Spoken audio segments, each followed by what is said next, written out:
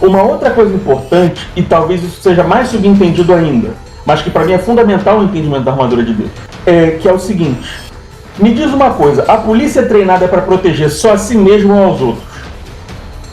Reflete sobre essa pergunta. A parte as piadinhas com a polícia corrupta, que nós sabemos qual é o propósito da polícia, ela ser imperfeita não significa que seria melhor não ter, e a gente aqui está seguindo o propósito bíblico, que é o de fazer o melhor possível. A propósito da polícia é proteger aos outros, certo? No caso do cristão, não usemos a armadura de Deus apenas para nosso proveito, mas para evangelizar e ganhar almas e fazer diferença nessa terra. Perceba que muitos crentes não pensam que têm uma missão a serviço de Deus para ser luz e sal, mas pensam em Deus apenas como um gênio da lâmpada para satisfazer os seus desejos. Sejam desejos pessoais, casa, carro, saúde, desejos materiais e por aí vai. Nesse sentido, o crente acaba baixando o sarrafo em relação à santidade. Eu vou usar toda a armadura de Deus, jejum, oração, dedicação, só se eu tiver numa corrente para ser promovido ou passar no vestibular. A ideia é que a dedicação espiritual é como uma superstição, como pagar uma promessa apenas quando você quer receber uma bênção específica de Deus. Mas esse não é o nosso chamado. Pense que um soldado é treinado para proteger os civis. Nós somos responsáveis por ganhar as almas das pessoas à nossa volta.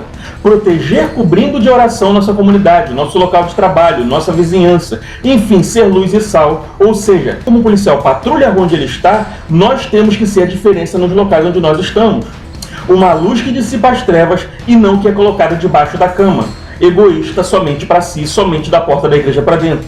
Isso seria enterrar o seu talento, os dons que Deus colocou em você. Mas nós fazemos isso porque temos uma perspectiva mundana e egoísta do Evangelho, centrado em nós mesmos e no nosso bem-estar. Nós não temos uma perspectiva do reino sobre quem Deus quer salvar e quão urgente é a vontade de Deus de alcançar os perdidos e os povos, de mudar a realidade de países pobres, de cessar perseguições à sua igreja. Nós não sentimos essa urgência, ou por vezes transferimos isso para uma perspectiva política, que não é completa sem estar debaixo da vontade de Deus, já que se ele não edificar a casa, em vão trabalham os construtores. Que dirá trabalharemos em vão em qualquer obra, se não colocando debaixo da proteção de Deus e pedindo a direção dele. A maioria dos crentes não usa a armadura de Deus, isso é óbvio. Aos hipócritas e mentirosos que não usam o cinturão da verdade, os injustos com todo tipo de pecado com brechas na sua vida, aos que desconhecem completamente a palavra, os que não oram e os que são iracundos, esquecendo que o propósito do Evangelho da paz é ser enviado para salvar e não condenar ou destruir. E imagine se está com o capacete da salvação aquele que é morno, se Deus diz: me chamaste Senhor, Senhor, mas não tem parte comigo. Aliás, infelizmente eu diria que a maioria dos crentes não usa sequer 2 ou 3 peças da armadura de Deus adequadamente. O analfabetismo bíblico e teológico é imenso. Por isso heresias se espalham e a falta de santidade e mau testemunho maculam a imagem da fé, já que somos cartas vivas de Cristo e muitos são cartas manchadas. Agora imagine um exército assim, onde um soldado esquece a espada, outro está só com as ombreiras, mas sem o resto da armadura. Um que não pode marchar porque está descalço. Como será uma barreira de escudo se metade dos soldados não tem ou não sabe usar o escudo? Lembra quando eu falei aos poucos da lança-pilo que atrapalhava o exército inimigo, derrubando escudos, atrapalhando a marcha, a formação? E agora imagine um exército que sequer tem soldados minimamente treinados, que o inimigo sequer precisa desarmar os escudos deles. Usar toda a armadura para um legionário era o ciclo básico de treinamento. Não era o capitão que usava toda a armadura e o soldado só tinha lança, ou o sargento só tinha escudo. Para você ser o mais raso soldado, você tinha que usar a armadura toda. E um soldado excepcional poderia ser um capitão, um centurião e por aí vai. No exército exigem hoje patentes como recruta, soldado, cabo, sargento, tenente, capitão, major, coronel e general.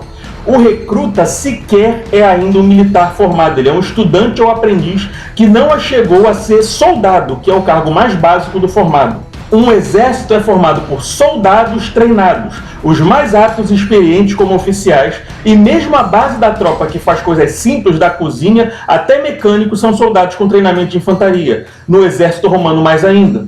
Vocês vão ver quando eu vou querer chegar com relação a como a metáfora com o exército romano é um disparate em relação a onde está o sarrafo dos crentes nas igrejas de hoje. Imagine que Deus nos colocando sob as ordens do nosso general, que é Cristo, nos deu ordem que treinássemos para usarmos com precisão toda a sua armadura, realizar manobras e usar todo o equipamento que ele já nos deu, e ele sequer pode contar com mais de 1 batalhão de soldados efetivamente treinados.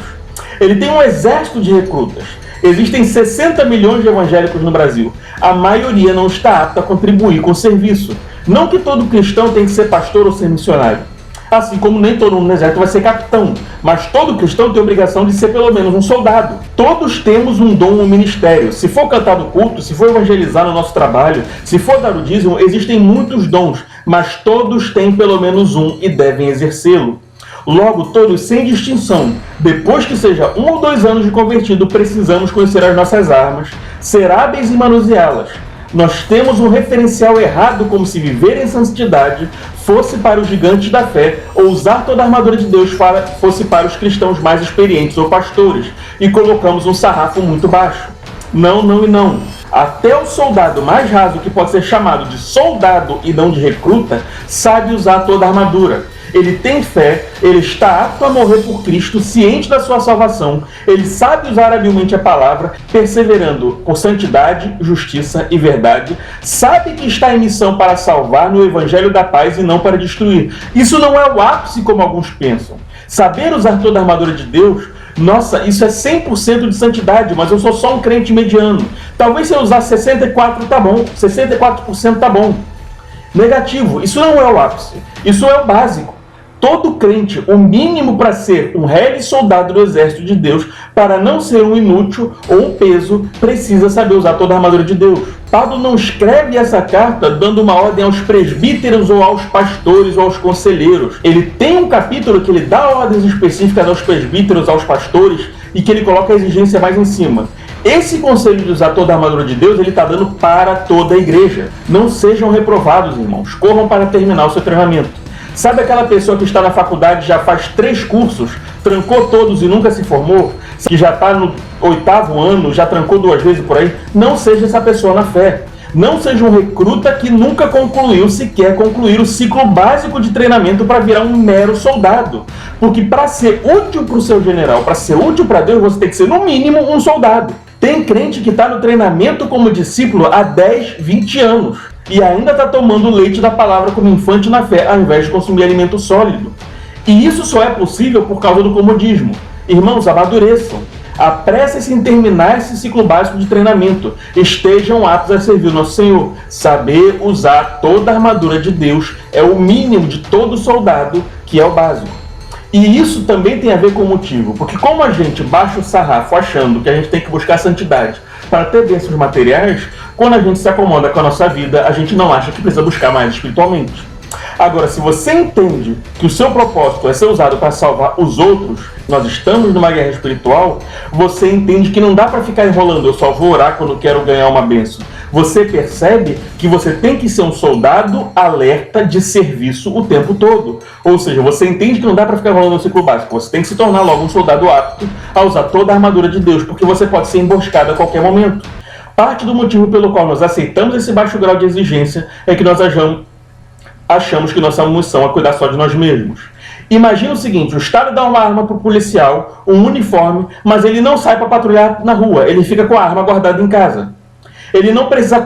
Se ele ouve alguém gritando, pedindo socorro, me ajuda, ele acha que ele recebeu o treinamento e a arma só para proteger a si mesmo. Cada um que tem a sua arma, seu treinamento, se proteja. Eu não sou policial, não tenho que proteger ninguém. Faz sentido para você isso? Faz sentido...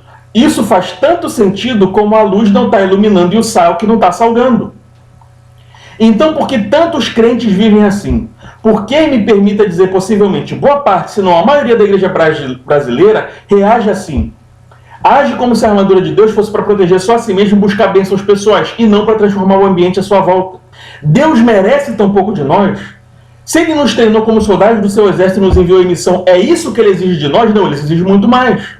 A necessidade é a mãe da invenção. Se você pensa, eu quero um carro, um emprego, um AP, você se satisfaz. Mas se você trata metas mais altas, se você diz, eu quero que meu bairro tenha a melhor unidade de saúde e a melhor escola.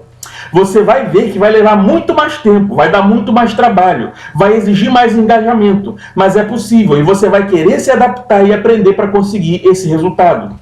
A gente se acomoda com um baixo desempenho espiritual porque a gente traça metas muito baixas para a nossa vida, que são centradas em nós mesmos e não no projeto de Deus, no reino e no ministério. Nós queremos mudar o Brasil e o mundo, mas isso não é possível com uma mentalidade que começa e acaba em nós mesmos.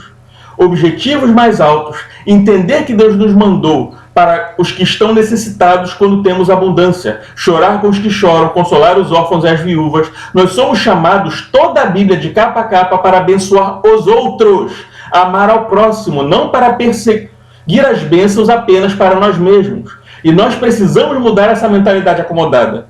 Porque graças a essa mentalidade acomodada, nós não entendemos que precisamos vestir toda a armadura de Deus todo dia e patrulhar, resgatando os cativos, ao invés de achar que só precisamos usar 2 peças da armadura numa campanha quando estamos passando por um problema pessoal. Se você entende que você tem que patrulhar e proteger os outros, você entende que você tem que estar equipado o tempo todo. Se você pensa, eu só preciso usar isso para resolver o meu problema, aí você realmente vai passar a maior parte do tempo achando que só sabendo usar a espada ou só sabendo usar a fé é o suficiente. Mas Deus não nos chamou para isso. O policial ele já está seguro. Ele tem que proteger os inocentes. Sim, você já tem a sua salvação, você já está seguro, mas Deus te chamou para resgatar os outros. Ele nos ungiu para pregar libertação e quebrar cadeias para restaurar os corações e anunciar o ano aceitável do Senhor. Ele não nos ungiu para termos bênçãos pessoais e cada um para cuidar da sua própria família apenas. Então, entendo no nosso papel como soldados do exército de Cristo, saber usar toda a armadura de Deus, e tudo isso inclui orar, conhecer a palavra, viver perseverando em santidade e verdade, estar disposto a sacrificar qualquer coisa confiando na salvação eterna e pregar o evangelho da paz não são o ápice, são o básico. Não são para especialistas, são para todo crente. Não é uma graduação de 0 a 10 em que você pode passar com 7,5. É o mínimo. Isso porque nós não somos chamados apenas a nos proteger, mas porque existe um mundo que jaz no maligno em guerra pelas almas dos homens e nós, soldados de Cristo Deus e do Deus Altíssimo, em missão a seu serviço acima de qualquer satisfação terrena para nossa carne que pudermos imaginar, somos chamados para resgatar essas almas. Se entendermos nosso papel, entendermos a relação que devemos ter com essa disciplina e nos comportar de acordo, sabendo que a distância entre nossa dedicação e santidade para acomodação é a mesma distância entre não apenas a vida que levamos e a que queremos viver, mas entre a igreja que somos e a igreja que queremos ser, e entre o país em que vivemos e o país em que queremos viver, como exército, marchamos essa distância. Cada um complete o seu treinamento e apresente-se apto para essa missão. Se a gente tem uma igreja numerosa, mas um país corrupto, viciado, destruído, essa igreja tem um exército extremamente desocupado. Nós temos muitos cristãos, mas cada um não está patrulhando a sua rua, o seu trabalho, sendo luz e sal no seu espaço. Se nós somos 1/4 da população e a diferença que nós fazemos no país ainda é tão pequena, seja em relação à pobreza, à violência ou à corrupção, é porque nós não estamos salgando os espaços que deveríamos. E são muitos os crentes só de frequentar a igreja, só de cantar louvor, mas não de fazer diferença no seu próprio espaço, no seu bairro, no seu trabalho e por aí vai. Nós precisamos ser um exército de crentes realmente capacitados. E aí sim ganhar os espaços, e aí sim ser luz e sal e fazer diferença. Quando muito mais gente tiver cumprido pelo ciclo básico, aí talvez tenha o suficiente de soldados para fazer a diferença que possa conquistar verdadeiramente essa nação para Jesus. Irmãos, eu espero que essa palavra e esse alerta sejam úteis, esclarecedores e sirvam de motivação para a sua tomada de atitude. Nós agradecemos aos que viram o vídeo até o final e quem puder contribuir com o nosso trabalho, eu desde já agradeço. Quem não puder, Deus abençoe também. Se possível, dá um like, compartilha com quem você gostaria de ouvir essa palavra e que pode ser abençoada por ela. Deus abençoe vocês, irmãos, e abraços.